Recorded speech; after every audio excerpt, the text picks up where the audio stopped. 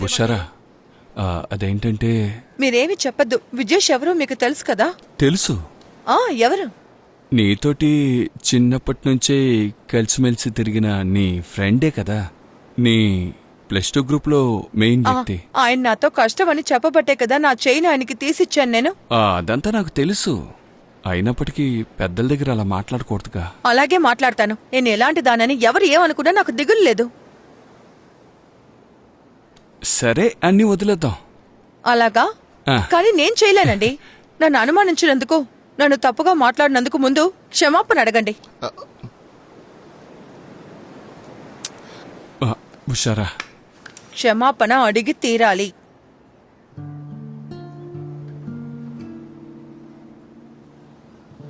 బుషారా,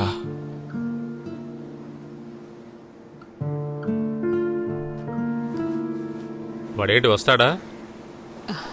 మామయ్య పైకి రండి, వెళ్దాం. ఏంట్రా? ఇదేది వర్కౌట్ కాదు, రండి వెళ్దాం. ఏంట్రా తను ఏమంది? తను వస్తుందంట, కానీ మనం క్షమాపణ అడగాలంట. నేను అప్పుడే చెప్పాను కదా, వర్కౌట్ ఇది వర్కౌట్ కాదు. మీ అక్కడికి బుద్ధి బొత్తు ముందు తన్ని దారిలోకి రమ్మని తర్వాత మాట్లాడుకుందాం. వాళ్ళ నాన్న రాని. ఎందుకైనా నా పరువు తీస్తున్నావు? అతను వచ్చి సారీ చెప్పాలా? నువ్వు ఇష్టం వచ్చినట్టు తిరిగితే అతను మాత్రం ఏం చేస్తాడు?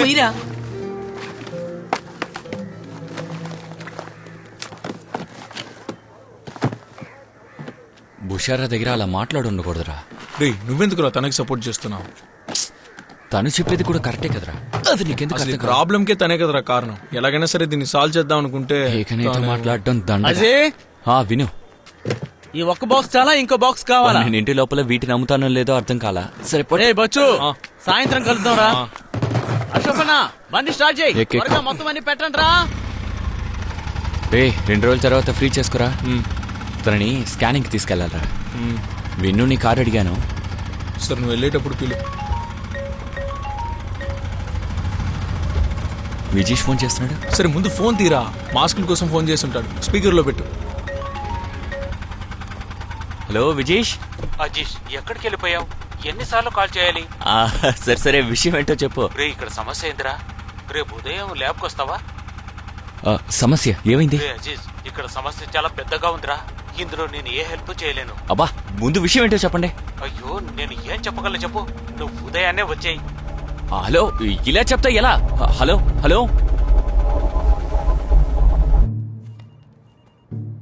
ఇలా చూడండి, ఈ మాస్కులన్నీ మీరు తీసుకోవాలి. అది కూడా ఈ రోజే నా డబ్బులు నాకు రావాలి. సార్, చినిగిపోయిన వాటితో మేమేం చేసుకుంటాం? అది నన్ను అడుగుతారేంటి? ఏంటయ్యా ఇది? అదేంటంటే ఈ 50,000 పీసులు సర్చేసి ఇచ్చేలోగా నేను రిటైర్ అయిపోయేలా ఉన్నానే. ఏమయ్యా కాస్త చెప్పు. ఇదంతా వర్కౌట్ కాదు. అది ఏంటంటే, ఇలా చూడండి సార్, డబ్బు తిరిగే చేయాలని చెప్పారు, కానీ ఫుల్గా ఇవ్వడం కష్టం సార్. కొంచెం టైం ఇవ్వండి సార్. ఆలోపు మొత్తం సర్చ్ చేసి మీకిచ్చేస్తాం. ఓకేనా? Okay sir. ఈ చెత్తం తీసుకుని మళ్ళీ వెళ్ళి ఇక్కడికి వచ్చారంటే నీ పని అయిపోతుంది. సార్, నేనేం చేశాను? మీకు లాభం రావాలనే కదా నేను. నువ్వు నోరు మూసుకోవయ్యా. ఇలా చూడండి, వీటిని తీసుకెళ్ళిపోండి. నా డబ్బు నాకు రాలేదో మిమ్మల్ని ఏం చేస్తారో నాకే తెలియదు. సరే చెయ్యి. నువ్వు మేనేజర్ అన్న పేరుతో ఒక్కొక్క పీస్ కి 50 పైసలు అంటే 25,000 ఒకే రోజు నొక్కేసావు కదా. అది మీ టీం అందరికీ చెప్తాను. నువ్వు మాత్రమే కాదు, నేను కూడా అరవగలను. మీ డబ్బు తీసుకొని మేము ఎక్కడికి వెళ్ళాం బాస్. ఇస్తాంలే, వెళ్ళొస్తాం. Manager sir. ఏంటి సార్, కమిషన్ తీసుకోవడం వల్ల ప్రాబ్లం అయిందా? ఏంటి మరి నన్ను ఏం చేయమంటారు? నజీరనా, నజీరనా, నజీరనా, నజీరనా, నజీరనా, నజీరనా, ఇక్కడికి వచ్చి అరుస్తున్నారు. కొడుకు ఇంట్లో ఏం చేస్తున్నాడండి? ఊడిపోయిన మాస్కులు మాకు ఇచ్చి మమ్మల్ని మోసం చేస్తాడా? అన్ని తెగిపోయాయి. ఒక్కడు కూడా కొనట్లేదు. ఫోన్ చేసినా ఫోన్ కూడా తీస్తాడు. ఓరి దేవుడా, ఇంత ఆవేశంగా వచ్చాడు. తెగిపోయిందా? ఎరా, ఒక్కో మస్కు తీసి తెగిపోయిందా లేదా అని చూడగలమా చెప్పు. చూడరా, వాడే రూమ్ లోంచి బయటికి రాలేక లోపలే పడిసొస్తున్నాడు. ఆర్టీపీసీఆర్ నెగిటివ్ అట, ఆర్టీజెన్ టెస్ట్ పాజిటివ్ అట. అందుకని 14 రోజులు లోపలే ఉండాలట. మీరేమిట్రా అంటే ప్రతి చిన్నదానికి వచ్చి గొడవ పడుతున్నారు. వెళ్లి పని చూసుకోండిరా. మరి నా డబ్బు? వ్యాపారంలో ఇదంతా మామూలే. ఊరికే అరవకుండా వెళ్ళి చూడు. నన్నే మోసం చేయాలని చూస్తావా? నేను వదిలిపెట్టండి రా. ఎందుకు అనవసరంగా? ఏమిట్రా ఊరికే అరుస్తున్నావు? ఏంటి? వాడు ఎంత కష్టపడుతున్నాడో నీకు తెలుసా? కష్టపడేది నీ కొడుకు ఒక్కడేనా? నా డబ్బు తీసుకొని బాగా తిన్నాడు కదా. ఇంకా ఎన్నాళ్ళు లోపల ఉంటాడో చూస్తాను. ఏదో ఒక రోజు బయటకు వస్తాడుగా, అప్పుడు వాడిని వదలను. సర్లే, నోరు మూసుకొని పోరా. బండి తీ, వెళ్ళు. ఎక్కడికొచ్చి ఈ ఏం ఊరింట్లో మాట్లాడుతున్నావు? బాబు ఇలా మాట్లాడుతోంది. ఇప్పుడే నీ పక్కకి రా, బండి నీ తీ. కాళ్ళేరో కొడతాను. ఊరికే వచ్చి అరుస్తున్నాడు. బచ్చు వ్యాపారంలో తప్పుగా నష్టం అనుకోక రావడం మామూలే. 16వ తారీఖు తనని ఇంటికి తీసుకెళ్ళాలి. నా కోపం తెప్పించు కాసి, వచ్చి బండెక్కు, చూసుకుందాం. ఆ,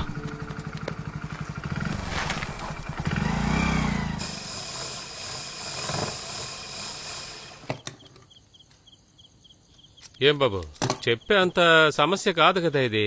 ఒక కుట్టు ఇటువైపు, ఇంకో కుట్టు అటువైపు వేస్తే అంతా సరైపోతుంది. కానీ ఒక పని చేయి, ఉషా దగ్గరికి కొంత తీసుకెళ్ళి ఇవ్వు. మిగతాది మన చుట్టూ మిషన్లు ఉన్న ఇల్లులు ఉన్నాయి కదా, వాళ్ళ చేతికి ఇచ్చేసాయి. అప్పుడు పని సులభంగా అయిపోతుంది. సరే చూసుకుందాంలే, కొంచెం స్ట్రాంగ్ గా కుట్టివ్వండి. ఇక మళ్ళీ కంప్లైంట్ రాకూడదు. రాదయ్యా, నువ్వు ధైర్యంగా వెళ్ళరా.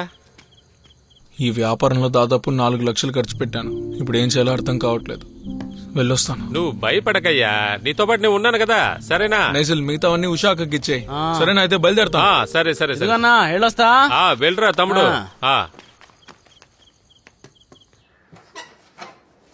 అన్నయ్య ఇది పట్టుకోవా. దేనికే? అక్కడే బాగా గాలేస్తుంది, నానిస్తే బుక్ చదువుతారు కదా అందుకే.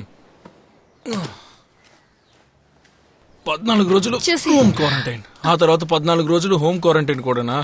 అంతా మన తలరాత. రే ఇవన్నీ మార్చేయండి. ఆ షీట్ తీవే. అన్నయ్య అది తీసి పెట్టు. అది కూడా తీసే. ఇది పట్టుకోండి. బచ్చు, నువ్వు సుమీ నగల్ని తాకట్టు పెట్టావా?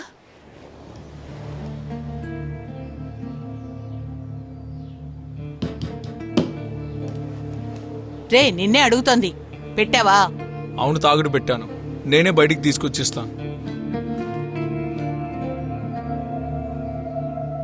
మన ఊర్లో ఉన్న ప్రజలకి, మన ఊరికి ఏదైనా మంచి చెయ్యాలంటే అది ఒకే ఒక్కరు మాత్రమే చెయ్యగలరు. అతను ఇంకెవరో కాదు, మన రాజేష్ అన్నే.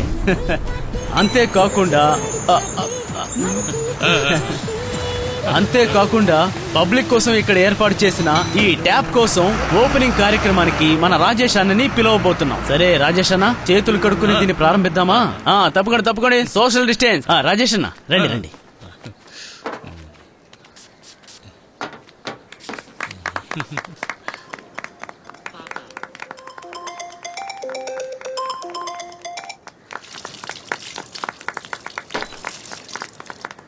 మీరేం కడుక్కోనక్కర్లేదు, లేట్ అయింది, అక్కడికి వెళ్ళి చూసుకుందాం. అన్నా, కుండాయితోడులో ఇంకో ప్రారంభోత్సవం ఉంది, అక్కడికి వెళ్తున్నాం. సరే సరే సరేనా? పదండి వెళ్ళండి, వెళ్దాం. వెళ్ళండి. జనాలు అక్కడికి చాలా మంది వచ్చి ఉంటారుగా, ఎందుకంటే ప్రజల సంఖ్య మనకి చాలా ఏది ముఖ్యం. చూపించు, ఆ, ఎలా ఉందో చూద్దాం. మ్. బాగుంది, రేపు వచ్చేస్తాయి ఓ, కదా. పర్ఫెక్ట్ గా సరే. వస్తుంది. తర్వాత చూపించు. తర్వాత రాజేష్ అన్న. చూపించు. ప్రింట్ బాగా రావాలి. సరే రాజేష్ అన్న, బచ్చు, నీకు చెప్పాల్సిందంతా ఫోన్లో చెప్పేశాను. రాజేష్ అన్న, నిజంగానే మాస్కులు తెగిపోయాయన్నా. అందుకే బల్క్గా కొంటే అలాంటివి జరుగుతూ ఉంటాయి కదా. ఈసారి ఏనుగొచ్చి దీన్ని తెంపాలని చూసినా తెగదు, అంత బాగా రెడీ చేశాను. ఇంకా ఏంటి ప్రాబ్లము? ఆ బిజినెస్ అయితే నువ్వే చేయొచ్చు కదా, లాభం కూడా నువ్వే ఉంచుకో. అది కాదన్నా, మనం ఇప్పుడు క్వాలిటీగా ఉన్న మాస్కులు కొంటేనే ఇప్పుడు ఇవి సేల్ అవుతాయి. రే బచ్చు, రాజేష్ అన్న ప్లీజ్ ఇలా అన్న. చూడు, మళ్ళీ మళ్ళీ అదే చెప్పి నా టైం వేస్ట్ చేయకురా. ఆల్రెడీ నాకు చాలా బిజినెస్లు ఉన్నాయి. ఈ ఒక్కసారి నాకు అవకాశం ఇవ్వండి అన్న. సరే, ఇంకేమైనా మాట్లాడాలా? కొంత డబ్బు నాకు అప్పుగా ఇస్తే బాగుంటుంది. ఓ నెలలో మీకు తిరిగి ఇచ్చేస్తాను. టీ కావాలంటే వచ్చి ఇక్కడ తాగు, దానికి డబ్బులు కూడా నేనే ఇచ్చేస్తాను. కానీ డబ్బులు మాత్రం అడగద్దు.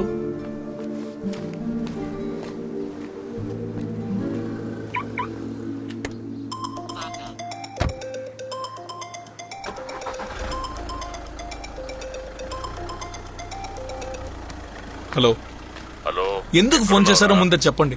రే బచ్చు, నువ్వు అక్కడ ఏం చేస్తున్నావురా? ఏం చేశాను? నీకు డబ్బులు కావాలంటే నన్ను అడగొచ్చు కదా. సుమీ నగలు ఎందుకు తాకట్టు పెట్టావురా? నగలు కొనడం, దాన్ని తీసుకెళ్లి తాకట్టు పెట్టడం అన్ని మామూలే. నేనే దాన్ని తెచ్చిస్తాను. నువ్వే తాకట్టు పెట్టావు కదా, నువ్వే విడిపించాలి. ఏరా రే, నీతో మాట్లాడే ప్రయోజనం లేదు. నువ్వు ఫ్లైట్ పట్టుకుని ఇక్కడికి వచ్చాయి. నువ్వు అక్కడే ఉంటే సెట్ అవ్వదు. సరే వస్తాను. అక్కడికి వచ్చి జీవితాంతం మీలాగే ఒక జోకర్లా బతకాలా? అప్పుడు మీకు సంతోషం. అంటున్నానని తప్పుగా అనుకోకరా. ఓ స్వార్థపరుడివి. ఆరోగ్యం బాలే నీ నాన్నని పని పంపించి ఏం చేస్తావురా? నాకు మా నాన్న మీద కోపం లేదు రాసి, కానీ ఎందుకో తెలీదు, అతనితో నేను ఎప్పుడు సరిగ్గా మాట్లాడలేను. నాకు కావాల్సినప్పుడు నాన్న నాకు తోడుగా లేడు. అతను 2 సంవత్సరాలకోసారి ఓ నెలలో లేదా 2 నెలలో నాకు నాన్నలా ఉంటాడు. కానీ ప్రతిదానికి ఊర్లో వాళ్ళందరూ నన్ను మీ నాన్న గల్ఫ్లో ఉన్నాడు, నువ్వు అదృష్టవంతుడే అంటారు. నేను ఒప్పుకుంటాను, నాకు అన్నీ ఉన్నాయి. కానీ నాకు నా నాన్న లేడురా. అందరి జీవితాలు ఇలాగేరా ఉంటాయి, కానీ నీకు మాత్రం అన్ని నిజాయితీగా ఉండాలి. బాణి విషయంలో కూడా ఇదేగా చేసావు. ఏమైంది? ఇప్పుడు మొగుడిని వదిలేసి ఇంటికి వచ్చేసింది. ఆ ల్యాబ్ నుంచి వచ్చిన డబ్బుని ఏం చేసావురా? తీసుకుని తిన్నగా రాజేష్ దగ్గరికి వెళ్ళిపోయావు. దాంతో సుమ్మి బంగారాన్ని విడిపించి ఉండాల్సింది.